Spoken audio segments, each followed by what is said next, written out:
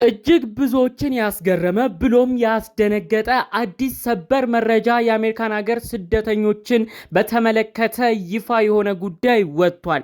ይኸውም እንግዲህ ከሰሞኑ በተለይ ደግሞ አሜሪካን ሀገር የሚኖሩ ዜግነትን ያገኙ በሰላምም እየኖሩ ነው፣ ምንም አይሆኑም ተብለውም ይታሰቡ የነበሩ ሰዎችን ታርጌት ወይም ኢላማ ባደረገ መልኩ ዜግነታቸውን የሚያስነጥቅ አሰራር ሊጀመር እንደሆነ በዝርዝር መረጃው ተሰምቷል።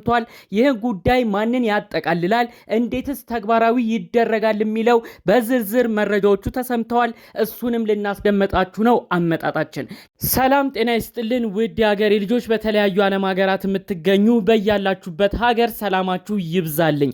ዛሬም አዳዲስ በሆኑ ጉዳዮች ብቅ ብለናል። ለዚህ ቻናል አዲስ ከሆናችሁ ሰብስክራይብ በማድረግ ሁሌ የምንለቃቸው ቪዲዮዎች እንዲደርሱ ይሁን። ቀጥታ ይዘን ወደ መጣ ነው ዝርዝር መረጃዎቻችን እናመራለን። እንግዲህ ዶናልድ ትራምፕ ወደ ስልጣን ከመጡ በኋላ የተለያዩ አይነት ጉዳዮች በተለይም ስደተኞችን በተመለከተ ብዙ አሰራሮች እየተቀየሩ ይገኛሉ።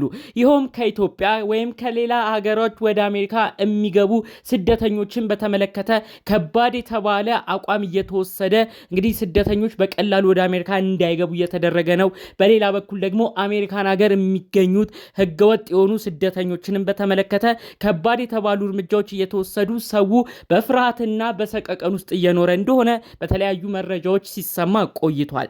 ነገር ግን እጅግ ማንም ባልጠበቀው ሁኔታ ደግሞ አሁን በቅርብ ጊዜያቶች የወጣ አንድ አዲስ ጉዳይ አለ።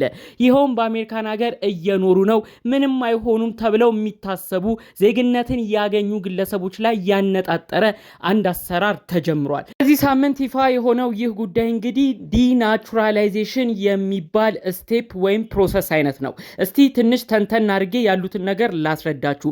አንድ ሰው ከሌላ ሀገር ከአሜሪካን ሀገር ውጪ ያለ ሀገር ተወልዶ ከዛም በመቀጠል አሜሪካን ሀገር ከገባ በኋላ በጊዜ ቆይታ የተለያዩ ፕሮሰሶችንም አልፎ እንግዲህ ሲቲዝን ወይም ዜግነትን ጠይቆ ዜግነት ሊሰጠው ይችላል። ታዲያ ያን ዜግነት ያገኘ ሰው አሜሪካን ሀገር ከተወለደው ሰው እኩል የተለያዩ መብቶችን ያገኛል። በተለያዩ ጊዜያቶች ከአሜሪካን ሀገር እየወጣ ተመልሶ ወደ አሜሪካን ሀገር መግባት ይችላል። የተለያዩ መብቶችንም በዛው ዜግነት አማካኝነት ያገኛል። ከአሜሪካን ሀገር ከተወለደ ሰው እኩል መብትና ግዴታዎች ይኖሩታል ማለት ነው። ይህም አሰራራቸው አንድ ሰው ከተለያየ ሀገር መጥቶ አሜሪካን ሀገር ቆይቶ ዜግነት በሚያገኝበት ወቅት ናቹራላይዜሽን የሚባል የፕሮሰስ አይነት ወይም ስያሜ እንደሚሰጠውም ነው የሚነገረው። ታዲያ ይህ ናቹራላይዜሽን የሚባለው የፕሮሰስ አይነት ተቀይሮ ያ ሰው ደግሞ ዜግነቱን ሲቀማ ዲናቹራላይዜሽን የሚባል ስያሜ ይሰጠዋል ማለት ነው። ከዚህ በፊት ዲናቹራላይዜሽን ወይም አንድ ሰው ዜግነት የተሰጠውን ይነጠቅ የነበረው ከባድ የተባለ ሽብርተኝነት ላይ ወይም ደግሞ ያንን ዜግነት በሚያገኝበት ወቅት ላይ ከባድ የተባለ ወንጀሎችን ፈጽሞ በድብቅ እነዛ ወንጀሎች ሳይታወቁበት የአሜሪካን ሀገር ዜግነት ካገኘ ከዛም በስተመጨረሻ ይህ ነገር ከታወቀና እንደዚህ ሽብርተኝነቶች ላይ ከተሳተፈ ይሄ ሙሉ ለሙሉ የተሰጠው ዜግነት ተነጥቆ ዲናቹራላይዜሽን ይደረግ ነበር። ይህ አሰራር ቀደም ብሎ እንደነበር ነው መረጃዎቹ የተሰሙት። አሁን ላይ ግን ይህንን አሰራር ሰፋ ባለመልኩ አንድ ሰው ዜግነት ሲያገኝ የተለያዩ ማጭበርበሮች ካደረገ እንዲሁም ደግሞ ፌክ ሜሬጅ ወይም በውሸት ጋብቻ ወረቀቱን አመቻችቶ ዜግነትን ካገኘ እንዲሁም በተለያዩ ሽብርተኝነቶች ላይ ከተሳተፈ ያንን ቪዛ ወይም ሲቲዝንሺፕ በሚጠይቅበት ጊዜም ደግሞ ከባድ የተባሉ ወንጀሎች ላይ ተሳትፎ እነሱንም ደብቆ ሸሽጎ ከሆነ እነዚህ ነገሮች እንግዲህ እንደ አዲስ እየተጣሩ ያ ሰውዬ ዜግነቱ እንደሚነጠቅ ወይም ደግሞ ቅድም ባልኳችሁ ስያሜ ዲናቹራላይዜሽን እንደሚደረግ ነው እንግዲህ በስፋት የተሰማው። እንግዲህ ከሰሞኑ የተሰማው ይህ ጉዳይ 380 ምናምን የሚደርሱ ሰዎች በቅርብ አሁን አፕላይ የሚደረግባቸው አሉ ተለይተው። እነዛ ሰዎች እንግዲህ የአሜሪካን ሀገር ዜግነት ያገኙ ነገር ግን በተለያዩ ወንጀሎች በተለያዩ ማጭበርበሮች በማይገባ ዶክመንቴሽን ወይም ወረቀት ፌክ ሁሉ ተጠቅመው ያንን ዜግነት አግኝተዋል ተብለው የተለያዩ ሰዎች እንግዲህ አሁን ላይ ይህ ተግባራዊ እንደሚደረግ ነው መረጃው የተሰማው። በቁጥርም 300 ምናምን እንደሆኑ ነው የታወቀው። በቀጣይ ይሄ ነገር ሰፋ እያለ ሄዶ እንግዲህ በደንብ በስፋት ሊቀጥሉበት እንዳሰቡም ነው መረጃዎቹ የሚታየው። ይህን ጉዳይ አስመልክቶ እንግዲህ ሁለት ሀሳቦች ተነስተዋል። የተለያዩ ህጎች ሲወጡ እንግዲህ ደጋፊም ይኖራል፣ ተቃዋሚም ይኖራል። አሜሪካን ሀገር የሚኖሩ ወይም ነባር የአሜሪካን ሀገር ተወላጅ የሆኑ ግለሰቦች ይህ ነገር የአሜሪካን አንድነትን ይጠብቃል፣ አሜሪካን ሀገር መጥቶ በተለያዩ ወንጀል ላይ ተሳትፎ ለአሜሪካን ሀገር ስጋት የሆኑ ግለሰቦችን የሚያስቀር ነው፣ እነሱንም የሁላችንንም ዜግነት የሚቀማ ነው፣ የሀገራችንን አንድነትና ሰላም የሚያጠናክር ነው፣ ይህ ነገር ጥሩ ነው ብለው እንግዲህ ሰፖርት ወይም ድጋፍ ሲያደርጉም ተሰምቷል መረጃው።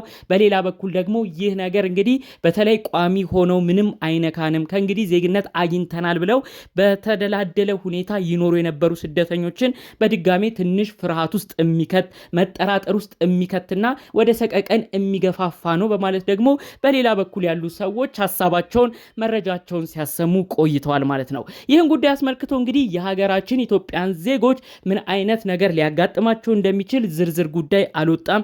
እነዚህ 300 ምናምን የተለዩት ሰዎች መካከልም የት ሀገር ቀድሞ የመጡበት ሀገር ታሪክም ምንም አልተወራም። ምናልባት በቀጣይ ዝርዝር ሁኔታዎች ሊወጡ ይችላሉ።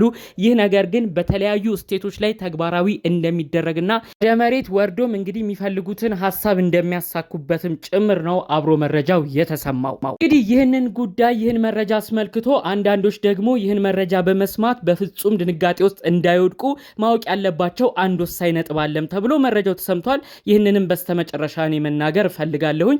ይህ ነገር እንግዲህ በቀላሉ ሁሉንም የሚያጠቃልል አይደለም። እንዲሁም ደግሞ ወንጀል እዚህ ላይ ተሳትፏል ተብሎ ባንዴ ያንን ሰው ዜግነቱን የሚቀማ አሰራር አይደለም።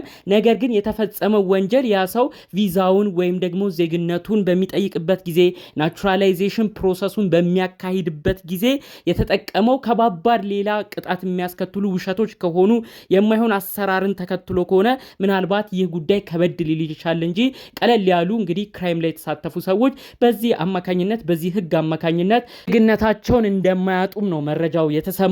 ሌላ ደግሞ እንግዲህ ወሳኝ ነጥብ መሰማት አለበት የተባለው ከዚህ ጉዳይ ጋር ተያይዞ ምንድነው አንድ ሰው እንግዲህ ዜግነቱ እንዲነጠቅ ከተፈለገ ገቨርመንቱ ቀጥታ ለፌዴራል ኮርቱ ነው የሚያቀርበው። ማለትም የአሜሪካን ሀገር መንግስት እንግዲህ ለህግ አካል ይህንን ጉዳይ ያሰማል። ያ ህግ አካል ነው እንግዲህ መጨረሻ ይሄ ውሳኔ ላይ የሚያስተላልፈው ማለት ነው። ስለዚህ እንግዲህ አንድ ሰው ኢዚሊ ወይም ሲምፕሊ በሆነ መልኩ ዜግነቱ እንደማይነጠቅም በዚሁ መረጃው ተሰምቷል። እንዳጠቃላዩም ደግሞ እንግዲህ አሜሪካን ሀገር የሚኖሩ ስደተኞች በተለይ ደግሞ ወረቀት ያላቸው ሰዎች ከወረቀትም አልፎ ዜግነት ኖሯቸው በሰላም ይኖሩ የነበሩ ሰዎች ጠንቀቅ ብለው የአሜሪካን ሀገር ህግን አክብረው መኖር እንዳለባቸውም ጭምር ደግሞ ሌሎች ባለሙያዎች በደንብ በትንታኔ ሲናገሩ ነበረ። በፊት ዜግነት ያለው ሰው ምንም አልሆንም እያለ እንደፈለገም የሚሆንበት አጋጣሚ ሊኖር ይችላል። አሁን ግን ይህ ነገር አሰራሮች ወደኋላ የተካሄዱ የዛን ሰው ባክግራውንድ የማጥናት ነገርም ሊመጣ ስለሚችል የአሜሪካን ሀገር መብትን ግዴታን ጠንቅቆ አውቆ አክብሮ መኖር ያስፈልጋል አንድ ሰው ሲቲዝን ወይም ዜግነት እስከተቀበለ ድረስ በማለት ጭምር ምክራቸውን ሲለግሱ የነበሩ ሰዎችንም ተመልክተናል ማለት ነው። ጠቅለል ባሉ መረጃዎች እንግዲህ ለዛሬ ዘን የመጣ ነው ይህን ይመስላል። ይህን ጉዳይ አስመልክቶ እናንተስ ምን አይነት ሀሳብ አስተያየት አላችሁ? በኮመንት ብታሳውቁኝ ደስ ይለኛል። እዚህ ነገር ላይ የኛ ሀበሻ ኮሚኒቲ ቢጠነቀቅ ይህን ነገር ቢያውቅ ጥሩ ነው የምትሉ ሰዎች ደግሞ እዚሁ ቪዲዮ ኮመንት ስር አድራሻ ተቀያይረን እንግዲህ ጠቃሚ መረጃ ይሰማ የምትሉት ነገር ካለ በስልክ ልውውጥ አድርገን ያሉት መረጃዎች ለኛ ሀበሻ ኮሚኒቲ የሚጠቅመውን ነገር ብናጋራ መልካም ነው ብዬ አስባለሁ። ይህን ነገር ማጋራት የምትፈልጉ ሰዎች ሀሳባችሁን በዚሁ ኮመንት ላይ እንድታሳውቁኝ በአክብሮት እጠይቃለሁ። ጠቅለል ባሉ መረጃዎቻችን ለዛሬ ዘን የመጣ ነው ይህን ይመስል ነበር። በሌሎች ቪዲዮዎቻችን እስክንገናኝ ሰላሙን ሁሉ ተመኘውላችሁ። ሰላም።